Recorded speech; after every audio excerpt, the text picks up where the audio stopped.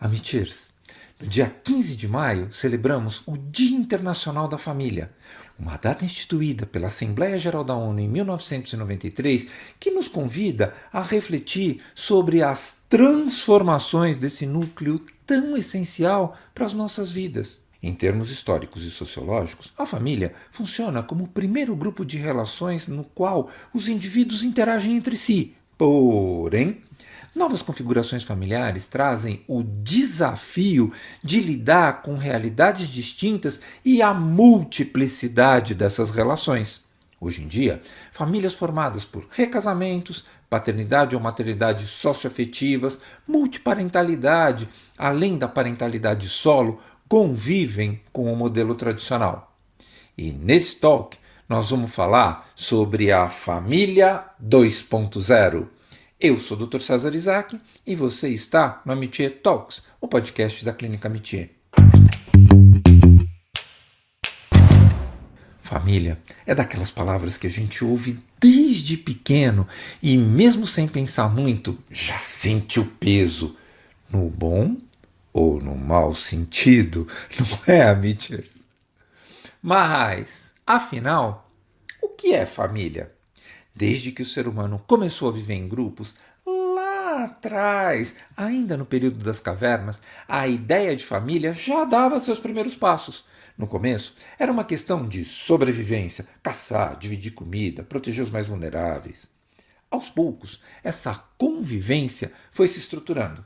Em muitas culturas antigas, como a egípcia, a romana ou a indígena, a família tem um papel central. Era ela que passava o conhecimento, mantinha os costumes e decidia os rumos da comunidade. Depois, com o surgimento da agricultura, as famílias passaram a ser também unidades econômicas. Elas plantavam, colhiam, produziam e compartilhavam suas produções. Na Idade Média, por exemplo, era comum ver famílias inteiras trabalhando no mesmo ofício. É também na família o primeiro espaço onde a gente aprende o que é afeto, respeito, convivência e até frustração. É ali que se constroem os valores que a gente leva para a vida toda. Ela ajuda a formar o nosso senso de identidade, dá suporte emocional, muitas vezes financeiro, e serve como uma espécie de porto seguro nas horas difíceis. Mas também é no seio da família que a gente aprende a lidar com as diferenças, os conflitos e, claro, as reconciliações. Ao longo do tempo, a forma e o formato da família foram mudando conforme a sociedade mudava. Guerras, religiões, política, revoluções e, mais recentemente, a tecnologia e os novos modos de amar e viver juntos foram imprimindo os seus modelos, que pode ser aquela família tradicional com pai, mãe e filhos, pode ser uma avó que criou os netos, pode também ser um casal sem filhos, mas cheio de afeto, pode ser aquela turma de amigos que virou uma família escolhida e muito mais. Aliás, pode ser tudo, desde que haja amor entre as pessoas. Vocês sabiam que a ONU já reconhece 11 tipos de família? Desde a monoparental, aquela da guerreira solo com os filhos, até a homoafetiva, cujo reconhecimento foi garantido em 2011, quando o Supremo Tribunal Federal do Brasil decidiu de maneira unânime equiparar as uniões estáveis entre pessoas do mesmo sexo às uniões heteroafetivas. E olha só, segundo o IBGE, desde 2005, o modelo clássico de pai, mãe e filhos deixou de ser maioria no Brasil.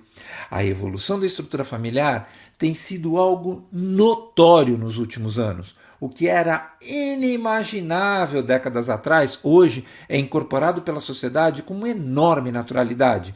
Existem famílias formadas por pais que vêm de outros casamentos. A mãe foi casada e teve filhos. O pai também teve outros filhos. As crianças convivem entre si e se chamam de irmãos, embora não possuam os tais laços de sangue. Se nascer um bebê, Esse sim vai ser irmão de todo mundo e agora com o tal parentesco consanguíneo. No passado, chamava-se de meio-irmão aos filhos com somente um dos genitores em comum.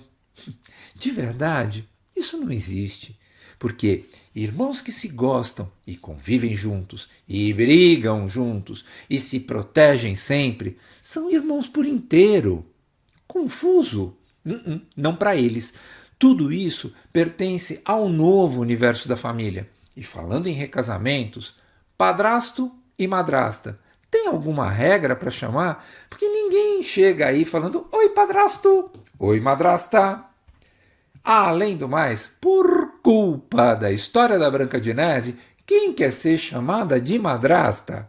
E falando de casais separados, especialistas garantem que para a criança é muito melhor conviver com pais separados se não houve amor suficiente para essa convivência estável juntos.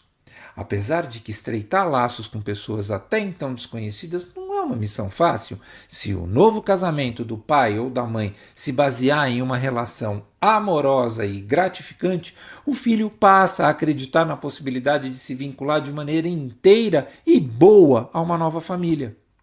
Muito pior é a situação de quem só viu o pai 2 ou 3 vezes na vida. Muitos homens têm esse comportamento de ave migratória, pousam na família de quando em quando e desaparecem na sequência. Isso é péssimo. A falta da presença do pai marca sim e muito a criança e deixa mágoas profundas no adulto.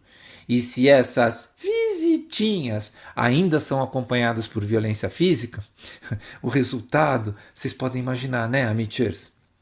Prefixos também podem nos definir. Ex-marido, ex-sogra, ex-namorado, ex-chefe, só pai, mãe, filho, filha, irmão e irmã que nunca ganham um ex na frente. Até porque esses vínculos não se desfazem, ou não deveriam. É importante a gente se atualizar e entender que a comunicação é viva e a língua se transforma. Por isso, nós temos que aprender sempre. Há mulheres que não gostam de dizer eu sou a mulher do fulano, preferem sou esposa ou sou companheira. Até porque ninguém fala eu sou o homem da cicrana. Eles vão dizer eu sou o marido da cicrana ou do beltrano. Uma coisa é certa, o tradicional arranjo da família mudou.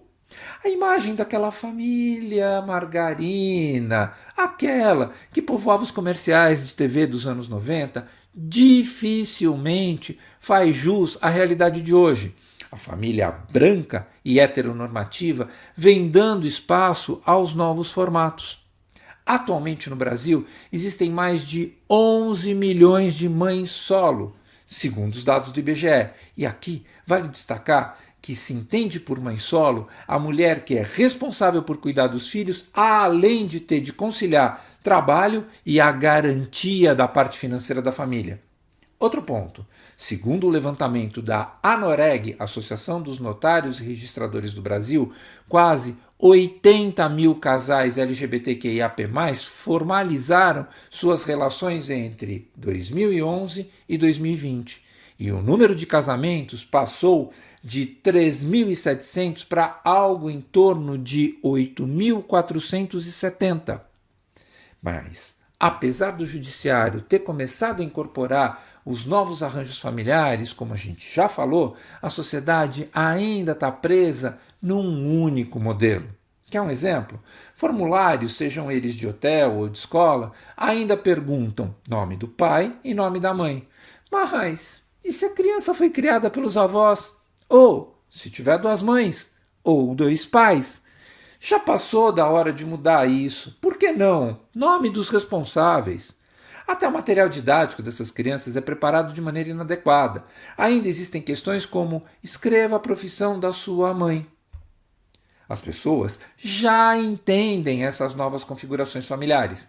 Elas vão a reuniões de pais e mestres da escola e o coleguinha dos seus filhos tem 2 mães ou 2 pais.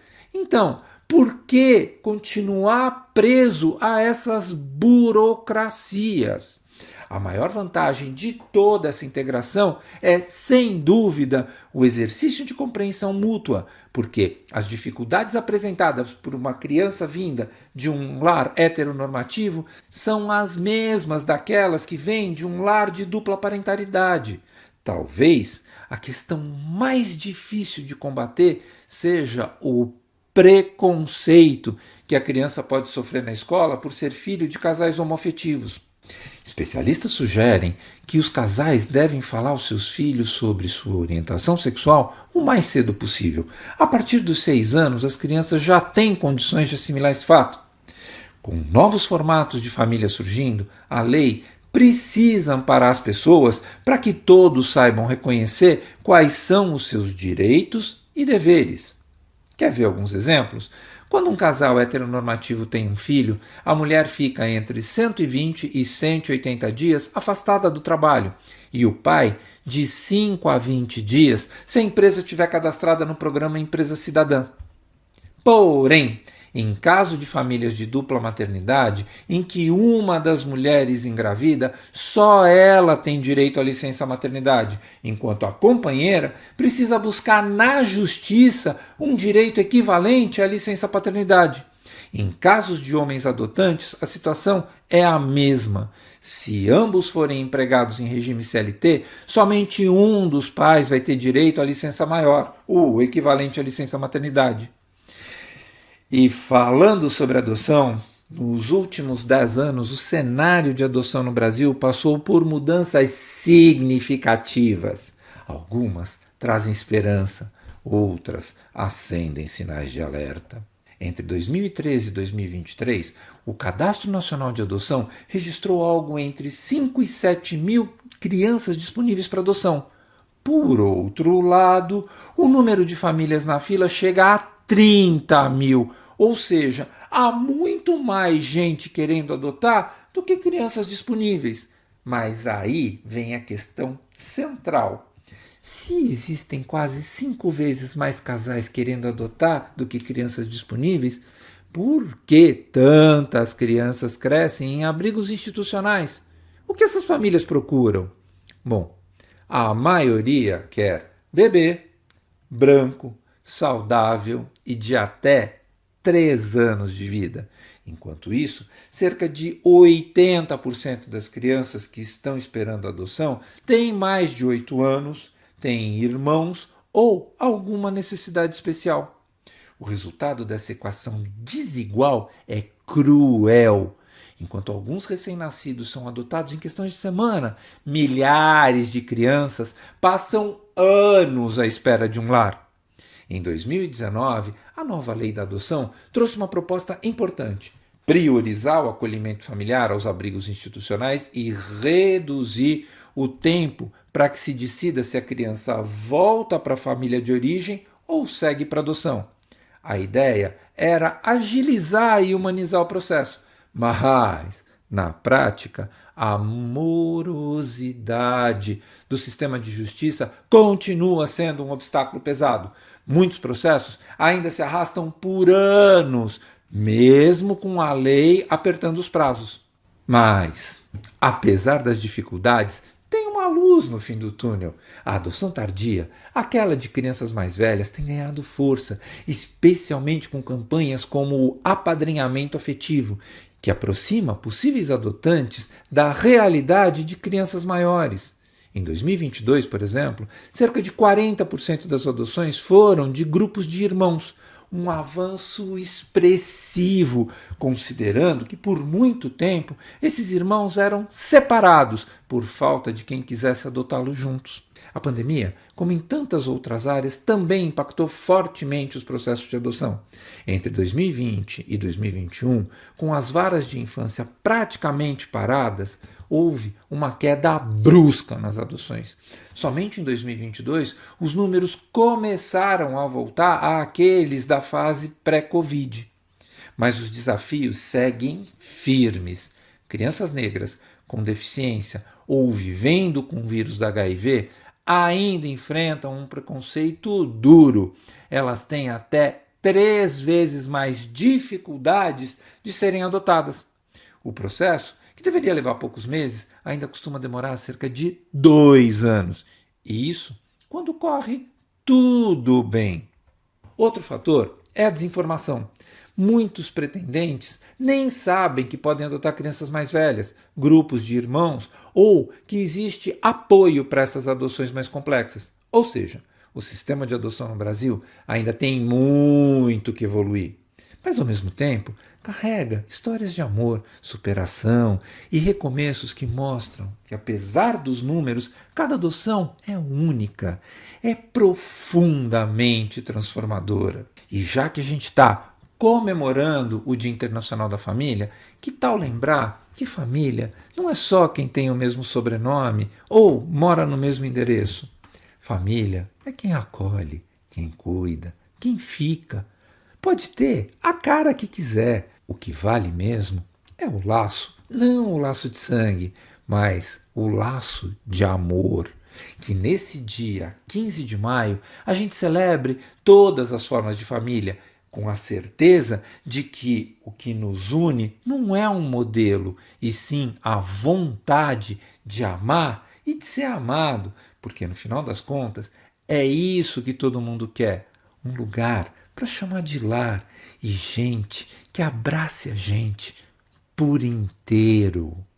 Ah, e se esse episódio fez você lembrar da sua família, seja qual for, que tal compartilhar com a gente um pedacinho dessa história?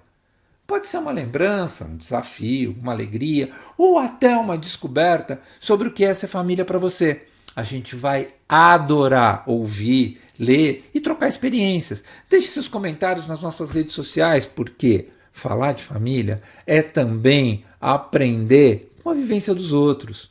E quem sabe a sua história não inspira alguém por aí. Um beijo para cada um.